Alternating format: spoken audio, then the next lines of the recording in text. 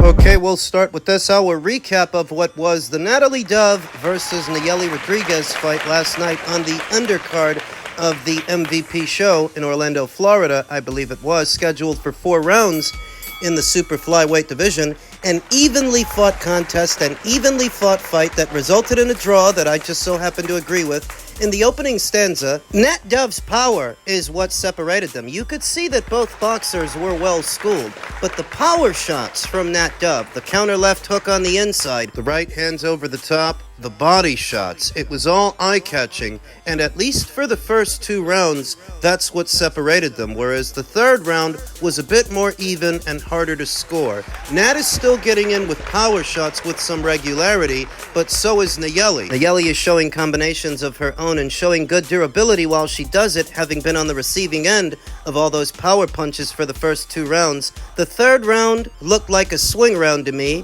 where you could have swung it to either fighter, whereas the fourth round, I think Nielli Rodriguez might have nicked the fourth round. The way it looked, it's either Nat Dove won 3 rounds to 1 or a draw. But like I said, I have no issue with the draw because I counted at least 1 swing round in there that you could have swung either way, and this was a great display for both combatants, both 23 years old, campaigning in the super flyweight division. There was talk of a rematch between them, perhaps on the undercard of Taylor versus Serrano 3, but I don't think they should go in that direction. I don't.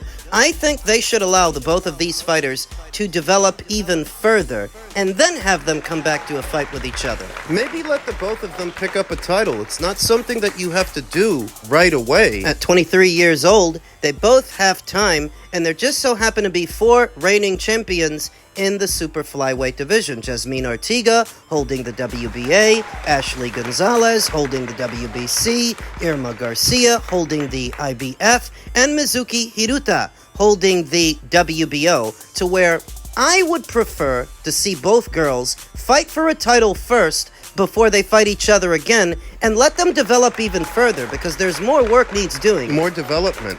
Their fight was fought over 4 3-minute rounds, as opposed to the customary 2 we see in women's boxing. They fought for 3. A running theme on most MVP shows as it pertains to their Valkyries, what fighters they have under contract. Now, I don't know that they have Nielli Rodriguez under contract, but if they don't already, they should, because both her and Natalie Dove have star power. You know, their 4-rounder was more entertaining than any of the fights we saw in Times Square the week before. Nat Dove's aggressive style and punching power, she's made for TV, but I was also surprised by Nielli Rodriguez, who also has a fan-friendly style and knows how to present herself. She's got aura, she's got star power too, and I would like to see both fighters develop a little more before you put them in the ring with each other, going as far as to maybe let them fight for a full title first before you revisit this fight. It was a great fight for what was only a 4-rounder, and it helps that MVP has at least 1 prized stallion in the super flyweight division. That's a deep and talent-rich division, but it doesn't yet have a face. The advantage of having a major promoter, an MVP having a prized stallion or prized stallions at this weight, is more money begins to flow through it, more attention, more exposure. It's better for everybody. Hats off to the fighters. They gave a great account of themselves. They both did. And I agree with the draw. I'm okay with it. It was a great fight, evenly fought. Men's welterweight news. Oscar De La Hoya says he'll never ever stage a fight with Devin Haney ever again. San Diego. Less than a week ago, it appeared the Ryan Garcia versus Devin Haney rematch was a fait accompli, bound to stand as the most important boxing match of the fall. Now, it appears dead. Garcia promoter Oscar De La Hoya told Boxing Scene on Thursday that I'll never ever put Devin in with one of our guys. That's not hyperbole. Before the Times Square show, Devin Haney versus Ryan Garcia 2 was arguably one of the bigger fights you could stage on U.S. soil, if not the biggest. I mean, I felt that fight might actually do 1 million buys, if and when the time comes. Now, it doesn't need to. Asked whether that decision was connected to Haney's evasive showing against De La Hoya fighter Jose Ramirez on Friday, the promoter's running feud with Haney father, manager, and trainer Bill Haney, or the fact that Haney sued Garcia for battery following their April 2024 no contest in which Garcia knocked down Haney 3 times, but then submitted 3 positive PET tests, De La Hoya said, all of the above. I won't waste my time with Devin because he runs and will keep running. Garcia, 24-2 with 20 knockouts, was upset by Rolly Romero in the main event of the Saudi Arabia promoted main event Friday in Times Square, while Haney, 32-0 with 15 KOs, engaged in a highly inactive showing to defeat former unified 140-pound champion Jose Ramirez by unanimous decision. Bill Haney took the news in stride, saying he feels De La Hoya fighters, including former lightweight champion Jorge Linares, are 0-3 against us. When you consider Ryan Garcia didn't beat us clean, De La Hoya's comment was in response to being asked if he'd be interested in sending his fighters Arnold Barboza or Oscar Duarte to fight Haney before jumping right into a Garcia-Haney rematch. He doesn't have nothing left, Bill Haney told Boxing Scene. Who does he have? We've whooped everyone over there and are threatening to whoop anything over there. What's over there for us to fight? Haney made no apologies for how his son performed on Friday, taking the cautious route to avoid the plotting Ramirez and his left hook. We'll continue making our way to the Mount Rushmore of boxing. In our last fight, we used our legs and lateral movement, Bill Haney said. Sometimes you rely on the West Coast offense, sometimes it's defense. It's all about winning. Every fight is not all roses, and every win may not be glamorous, but I can tell you Bill Haney is thrilled, excited, and happy about that result. Well, that makes one of us. The performance was so bad that I don't even care that the Ryan Garcia fight is dead, and I don't even want to see Devin Haney box again against anyone. A showing like that, it doesn't make you excited to see the fighter's next fight because we know what you're all about. You're risk-averse. Haney said Garcia's showing against Romero was not surprising given the scrutiny he endured by the drug testing body, VADA. He's not King Ryan. He's lying Ryan, Bill Haney said. He might be, but irrespective of his fight, yours wasn't any better. And getting the decision, it's not just winning, it's how you win. That matters too. And how you lose. Ramon Cardenas is an example. I think after last weekend's fights, more people would like to see Ramon Cardenas on the heels of his defeat than Devin on the heels of his win. What is this, track and field with boxing gloves? You can tell Oscar that he needs to humble himself, and when he gets his panties out of his ass, he will realize that this is the Devin Haney era, and he better hope that he can find a boxer qualified to get in the ring with Devin, because Devin is more accomplished than anybody he has over there right now. De La Hoya went into last week's bout wondering why Devin Haney retained his father as his trainer after the repeated knockdowns against Garcia, and then jumping into the assignment with veteran Ramirez. After the victory, Bill Haney took pride in defeating the Goldenboy Promotions team of De La Hoya, Bernard Hopkins, and 2024 Trainer of the Year, Robert Garcia. Devin Haney enlisted the aid of Hall of Fame inductee Shane Mosley ahead of the fight, and I don't know what he took away from that. I don't know what he learned or didn't learn from Shane, because I didn't see it on Friday. We gave Ramirez 36 minutes to whip a guy that came up from a smaller division in front of all of them, and they didn't cut the ring off or come with a game plan to beat us, Bill Haney said. It's gonna haunt them when they look back on that fight and realize we showed Ramirez was a straight up-and-down fighter with no special effects. Oh look, another Mayweatherism. And we added Ramirez's scalp to the resume. Bill Haney said he and his son haven't determined which fighter they are targeting next. It really doesn't matter because who wants to see Devin Haney fight, and who wants to fight him at welterweight? What does he have that anybody wants or anybody needs? He's not a champion there, and I don't know if he's going to be. It's a little hard to conjure who he can win a belt from at 147, because we know he's not moving back down. I don't think he beats Boots with that chicken shit style, or Brian Norman.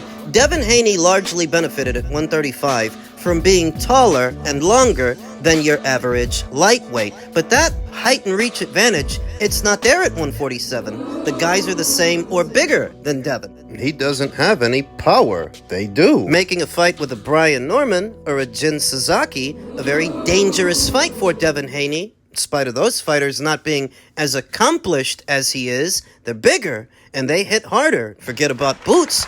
Boots would annihilate him. The only way I can see Devin winning a belt at 147 is if you drain the proverbial pool, the talent pool. If one or some of those alphabet titles go vacant within the next 12 months, maybe he can pick one up. And I say maybe because Turkey can't be pleased with what he paid for, what he got for his money in Devin Haney. God only knows how many millions he gave that kid to lay an egg. So just imagine that Turkey LL Sheik doesn't want to use him, doesn't want to bring him back to either Ring Magazine shows or Riyadh Season shows. The Haneys are not attached to anybody. They're not attached to Matchroom. They're not attached to Top Rank. And their asking price for a fight is astronomical. Behind a shit-stained performance like that, there's a growing danger that you may be frozen out. You may be ostracized because the fans don't want to see you, and the promoters, they're not going to overpay you. The only guy who might... Well, you just wet the bed on his show.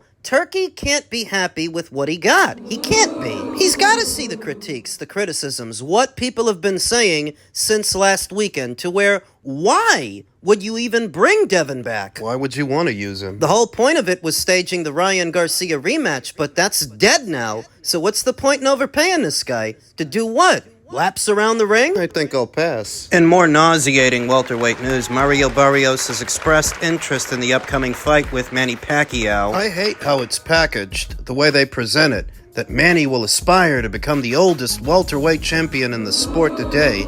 They bring up names like Bernard Hopkins and George Foreman, fighters who remained champions at an advanced age, without mentioning that those fighters were nowhere near as inactive as Manny Pacquiao in the buildup of what was George Foreman's comeback to the sport. In the second phase of his career, he had many fights before he actually beat Michael Moorer for the heavyweight title. Bernard Hopkins, He was fighting on a regular basis. So even if he was up there in age, his situation is not a parallel for Manny's. Manny's been out for something like 3 years. comes back, goes straight into a title fight, and the WBC lets him because the WBC ain't got no goddamn standards. Trying not to throw up in my own mouth as I read through Mario Barrios' comments about what an honor it is to share the ring with Manny Pacquiao, the way they package it, when all it really is you don't want to fight somebody your own age or one of the champions, one of the other ones at the weight, because you know they'll beat you. You want to fight a 46-year-old man. And he's not the only one. Rolly does too. Rolly wants a legacy fight with Manny Pacquiao, and he predicts that Jaron Ennis will move on from 147. Would I be remembered for beating Jaron Ennis or beating Manny Pacquiao? What's the biggest fight in the boxing world? Romero told The Ring and other media. Well, for starters, you have to actually beat Jaron Ennis, and nobody actually thinks you can do that. It's all right. And it's okay that you upset Ryan Garcia, but Ryan isn't Boots. The way you present the question is as if you could beat Jaron Ennis when you know you can't. And that's why you're targeting a 46-year-old Manny Pacquiao. It has absolutely nothing to do with legacy. You talk about being remembered for beating Manny Pacquiao. Jeff Horn beat Manny Pacquiao. He beat him years ago. And how many of you remember him? How many of you bring him up? This is not about being remembered. This is not about legacy. Honestly, I don't think Jaron Ennis is going to be at 147 much longer. He's a bigger kid. Ennis is a tremendous fighter. I'm not going to take anything away from him, but it's not a massive fight. There are so many bigger fights for me. I'll fight Pacquiao. He's coming back for a certain reason. It's still a legacy fight for me. Yeah, you want to fight him for a certain reason. Because he's 46. I don't disagree with Rolly. Jaron Ennis might have to move on. He might have to leave. Though if he does, if you think the welterweight division was bad before, Oh, it's about to get worse. Without a talented fighter, without a Ennis there, who aspires to become its undisputed champion, nobody else does. None of these guys. Nobody else will. Not Mario Barrios, not Brian Norman, not whoever ends up with the 2 alphabet titles that Boots currently has. If you think things were bad before, they are about to get worse. I should have been at 147 a long time ago, said Romero. How do I move up in weight and get more explosive and faster? That doesn't make sense. You're supposed to be slower. You guys couldn't see me box earlier in my career because I was flatlining people. I always been focused, but I've matured a lot lately. Romero also recounted his upset win over Ryan Garcia, which threw a wrench in the plans for a rematch between him and Devon. I told y'all, nobody wanted to listen, said Romero. He gave me the best. He was a focused Ryan Garcia. But how do we reconcile that? Rolly Romero boxing better at 147 than he did at 135 or 140. A part of it could be that he was cutting too much weight, boiling down to weights that are unhealthy for him, so that when he fights at 147, he feels better, he performs better. But it also matters who he fought. He didn't fight a welterweight. That is, he didn't fight someone that did anything there. He fought Ryan. Ryan was taking me seriously. I know him too well. I knew where he was going to come from. I neutralized his left hook. The second he threw one left hook, what happened? He got dropped. He never threw it again. The only reason he didn't get knocked out is because he didn't throw at all. He didn't take a single risk. He fought to survive. He realized the second he opened up, he was going to get knocked out. I don't know if he's mentally well enough to have a rematch. Aside from that, I feel that he has other obligations versus Haney that I don't think too many people are interested in seeing. I think the hype for their rematch was completely died out. I still would like to see it personally, but if you have obligations, you should honor your obligations. I don't know what's going on their end, and I don't care. The welterweight division is set to become a clown show within the next year or so. Ennis may yet make a decision to move up when he realizes nobody's going to roll the dice with him. Not these guys. Nobody's going to take that chance. So my advice to Boots is don't waste your time, jump ship now, and head up to 154 where there are more opportunities, and maybe the belt he should target is the one that Terrence Crawford is about to leave behind. The WBA title, because we all know where Terrence is going and what he's about to do. Yoenis Tellez is the WBA's interim champion, and Jermel Charlo is a champion in recess. These are fights that Boots might have to get his hands on that belt. Guys that he might have to go through. It only gets harder from here, but what's even worse is staying in the welterweight division for an undisputed run that will never happen because they're not going to fight you. You'd be wasting your time, and time is the one thing you don't get back. So for boiling down to 147 and wasting your time, move up to 154. You were already going to anyway. It was only a matter of time. This way, you do it ahead of schedule and become a champion at a second weight. You try to. Because that undisputed dream at welter, that's dead, buddy. It's over for that.